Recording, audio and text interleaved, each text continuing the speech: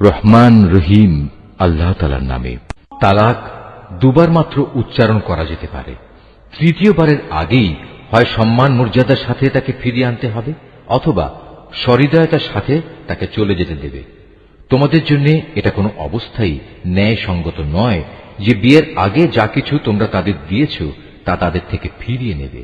তবে আল্লাহর নির্দিষ্ট সীমারেখার ভেতরে থেকে স্বামী স্ত্রী একত্রে জীবন কাটাতে পারবে না এমন আশঙ্কা যদি দেখা দেয়, তখন আলাদা হয়ে যাওয়াটাই উত্তম। এমন অবস্থায় যদি তোমাদের ভয় হয় যে এরা আল্লাহর বিধানের গণ্ডির ভেতর থাকতে পারবে না, তাহলে স্ত্রী যদি স্বামীকে কিছু বিনিময় দেয় এবং তা দিয়ে বিচ্ছেদ ঘটিয়ে নেয়, তাহলে তাদের উভয়ের উপর এটা কোনো দূষণীয় বিষয় হবে না। জেনে রাখো, এটা হচ্ছে আল্লাহর নির্ধারিত সীমারেখা, তা কখনো অতিক্রম করো না। আর যারা আল্লাহর দেয়া সীমারেখা লঙ্ঘন করে তারা হচ্ছে সুস্পষ্ট জালেম। যদি সে তাকে তালাক দিয়েই দেয়, তাহলে তারপর এ স্ত্রী তার জন্য আর বৈধ হবে না। হ্যাঁ, যদি তাকে অপর কোনো স্বামী বিয়ে করে এবং নিয়ম মাফিক তাকে তালাক দেয় এবং পরবর্তী পর্যায়ে তারা যদি সত্যি মনে করে তারা এখন স্বামী স্ত্রীর অধিকার সম্পর্কে আল্লাহর সীমারেখা মেনে চলতে পারবে, তাহলে পুনরায় বিয়ে বন্ধনে ফিরে আসাতে তাদের উপর কোনো দোষ নেই।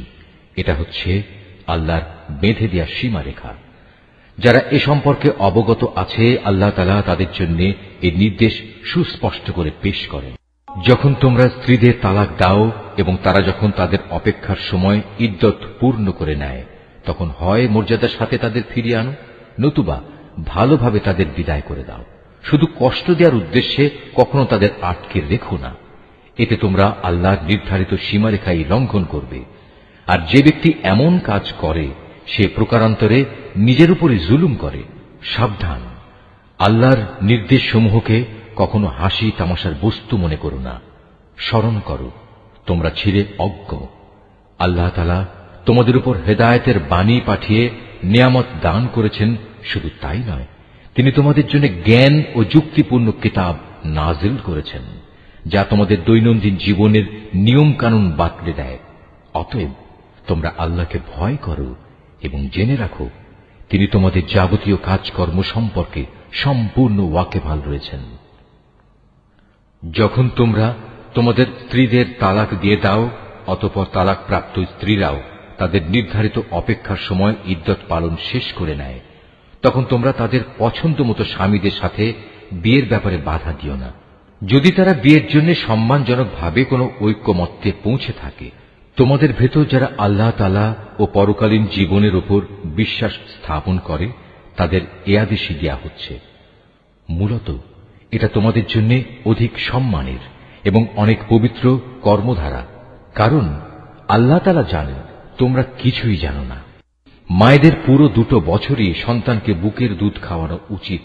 এ নিয়ম তার জন্য যে চায় সন্তানের দুধ খাওয়ানো পুরো মাত্রায় আদায় করুক। সন্তানের পিতা দুধ খাওয়ানোর জন্য মায়েদের সম্মানজনক ভরণ পোষণ সুনিশ্চিত করবে। কোন ব্যক্তির উপর তার সাধ্যাতীত বোঝা চাপিয়ে দেওয়া যাবে না। পিতার সঙ্গতির কথা ভাবতে গিয়ে দেখতে হবে মায়েরাও যেন আবার নিজ সন্তান নিয়ে বেশি কষ্টে না পড়ে যায়, এবং পিতাকেও যেন সন্তান জন্ম দেওয়ার কারণে অযথা কষ্টে পড়ে যেতে না হয়, সেটাও খেয়াল রাখতে হবে। সন্তানের পিতার অবর্তমানে তার উত্তরাধিকারীদের উপর সন্তানের জন্মদাত্রী মায়ের অধিকার এভাবেই বহাল থাকবে। তবে কোন পর্যায়ে পিতামাতা যদি পারস্পরিক সম্মতি ও পরামর্শের ভিত্তিতে আগেভাগেই সন্তানের দুধ ছাড়িয়ে নিতে চায়, তাতেও তাদের উপর কোনো দোষের কিছু নেই।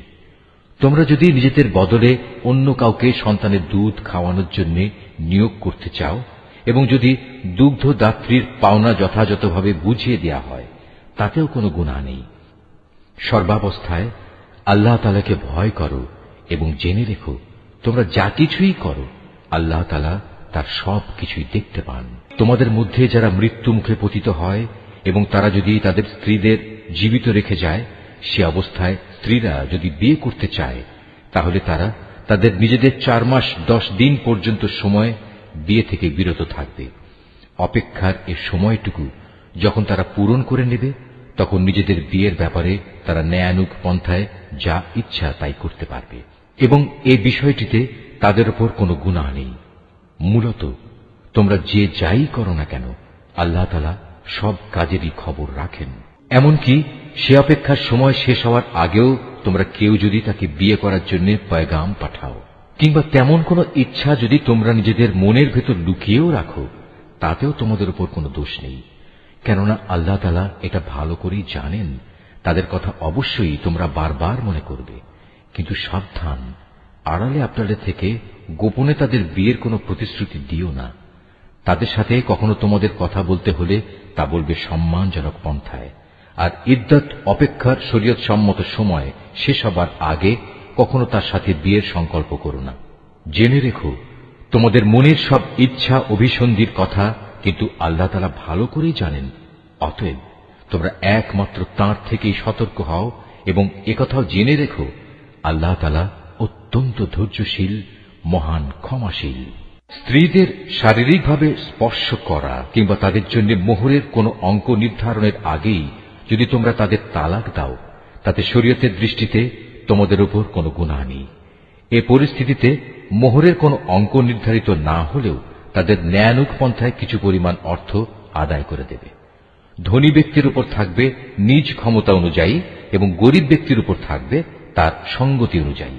এটা নেককার লোকদের উপর আরোপিত স্ত্রীদের একটি অধিকার বটে। যদি এমন হয় তোমরা তাদের শারীরিকভাবে স্পর্শ করনি, কিন্তু মোহরের অঙ্ক নির্ধারিত করে নিয়েছ, এমতাবস্থায় যদি তোমরা তাদের তালাক দাও, তাহলে তাদের জন্য থাকবে নির্ধারিত মোহরের অর্ধেক পরিমাণ, যা আদায় করে দিতে হবে।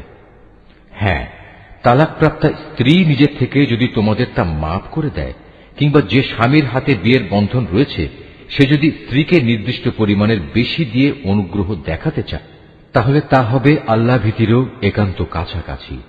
কখনো একে অপরের প্রতি দয়া ও সহৃদয়তা দেখাতে ভুলো না, কারণ তোমরা কে কি কাজ করো তার সবকিছুই আল্লাহ তাআলা পর্যবেক্ষণ করছেন। তোমরা নামাজ সমূহের উপর গভীরভাবে যত্নবান হও, বিশেষ করে মধ্যবর্তী নামাজ, এবং আল্লাহর জন্য বিনীতভাবে দাঁড়িয়ে থাকো। অতঃপর যদি তোমরা ভীতিপ্রদ কোনো অবস্থার সম্মুখীন হও, তখন প্রয়োজনে তোমরা নামাজ পড়বে পায়ের উপর দাঁড়িয়ে কিংবা সওয়ারির উপর থাকা অবস্থায়। তারপর তোমরা যখন নিরাপদ হয়ে যাবে তখন আল্লাহ তাআলাকে স্মরণ করো, যেভাবে আল্লাহ তাআলা তাকে স্মরণ করার নিয়ম শিখিয়েছেন, যার কিছুই তোমরা ইতিপূর্বে জানতে না। তোমাদের মধ্যে থেকে যদি কেউ মৃত্যুমুখে পতিত হয় এবং সে বিধবা স্ত্রীদের রেখে যায়, তার উত্তরসূরিদের জন্য তার ওসিয়ত থাকবে যেন তারা 1 বছর পর্যন্ত তাদের স্ত্রীদের ব্যয়ভার বহন করে, কোন অবস্থায় যেন তার ভিটে মাটি থেকে তাকে বের করে দেয়া না হয়। এই সময় পূরণ হবার আগে যদি তারা নিজেরাই বের হয়ে যায় এবং তারা নিজেদের ব্যাপারে কোনো ভিন্ন সিদ্ধান্ত করে কোনো সম্মানজনক ব্যবস্থা করে নেয়, তাহলে এজন্য তোমাদের উপর কোনো দোষ পড়বে না। আল্লাহ তাআলা সবার উপর শক্তিশালী, তিনি বিজ্ঞ কুশলীও।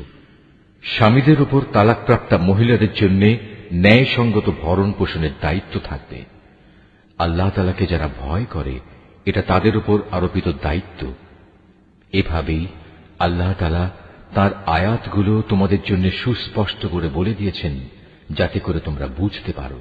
তুমি কি তাদের পরিণতি দেখোনি, যারা মৃত্যুর ভয়ে নিজেদের ভিটে মাটি ছেড়ে বেরিয়ে এসেছিল, অথচ তারা সংখ্যায় ছিল হাজার হাজার। তাদের এ কাপুরুষোচিত আচরণে রুষ্ট হয়ে আল্লাহ তাআলা তাদের বললেন, তোমরা নিপাত হয়ে যাও।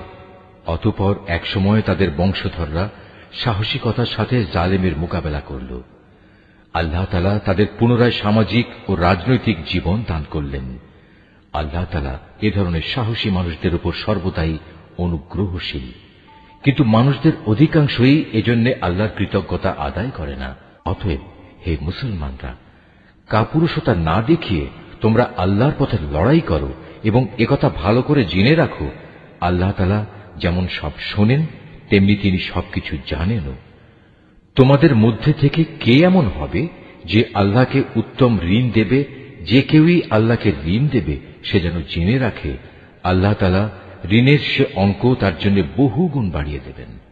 আল্লাহ তাআলা কাউকে ধনী আবার কাউকে গরিব করে দেন, আর সবশেষে তোমাদের ধনী গরিব সবাইকে তো একদিন তার কাছেই ফিরে যেতে হবে।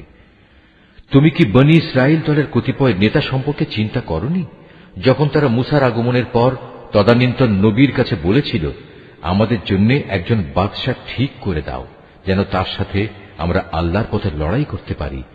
আল্লাহর নবী তাদের বলল, তোমাদের অবস্থা আগের লোকদের মতো এমন হবে না তো যে আল্লাহ তাআলা তোমাদের লড়াইয়ের আদেশ দেবেন এবং তোমরা লড়াই করবে না? তারা বলল, আমরা কেন আল্লাহর পথে লড়ব না? বিশেষ করে যখন আমাদের নিজেদের বাড়ি ঘর থেকে আমাদের বের করে দেয়া হয়েছে, আমাদের ছেলে মেয়েদেরও বের করে দেয়া হয়েছে। অতঃপর যখন সত্যি সত্যি তাদের আল্লাহর পক্ষ থেকে যুদ্ধের আদেশ দেয়া হল, তখন কতিপয় সাহসী বান্দা ছাড়া তাদের অধিকাংশই ময়দান ছেড়ে পালিয়ে গেছে। আসলে আল্লাহ তাআলা জালেমদের ভালো করেই জানেন। তাদের নবী তাদের বলল, আল্লাহ তাআলা তালুতকে তোমাদের উপর বাদশাহ নিযুক্ত করে পাঠিয়েছেন। একথা শুনে তারা বলল, তার কি অধিকার আছে যে আমাদের উপর রাজত্ব করার? বাদশাহীর অধিকার বরং তার চাইতে আমাদেরই বেশি রয়েছে। তাছাড়া অর্থ প্রাচুর্যও তো তার বেশি নেই। আল্লাহর নবী বলল, শাসন ক্ষমতার জন্য আল্লাহ তাআলা তাকেই বাছাই করেছেন এবং এ কাজের জন্য তার শারীরিক যোগ্যতা ও জ্ঞান প্রতিভা আল্লাহ তাআলা বাড়িয়ে দিয়েছেন। আসলে আল্লাহ তাআলা যাকে চান তাকেই তার রাজ ক্ষমতা দান করে থাকেন। তার ভান্ডার অনেক প্রশস্ত। আল্লাহ তাআলা যাকে চান তাকেই রাজত্ব দেন। আল্লাহ তাআলা প্রাচুর্যময় ও মহাবিজ্ঞ। তাদের নবী তাদের আরো বলল, আল্লাহ তাআলা যাকে পাঠাচ্ছেন তার বাদশাহীর অবশ্যই একটা চিহ্ন থাকবে এবং তা হচ্ছে সে তোমাদের সামনে হারানো সিন্দুকটি এনে হাজির করবে। এতে তোমাদের জন্য আল্লাহর পক্ষ থেকে সান্ত্বনা ও প্রশান্তির বিষয় থাকবে। তাছাড়া এ অমূল্য সিন্দুকে মুসা ও হারুনের পরিবার পরিজনের কিছু রেখে যাওয়া জিনিসপত্রও থাকবে। আল্লাহ তাআলার নির্দেশে তার ফেরেশতারা এই সিন্দুক তোমাদের জন্য বহন করে আনবে। যদি তোমরা বিশ্বাস স্থাপন করো তাহলে তোমরা দেখবে এ সব কিছুতে তোমাদের জন্য এক ধরনের নিদর্শন রয়েছে।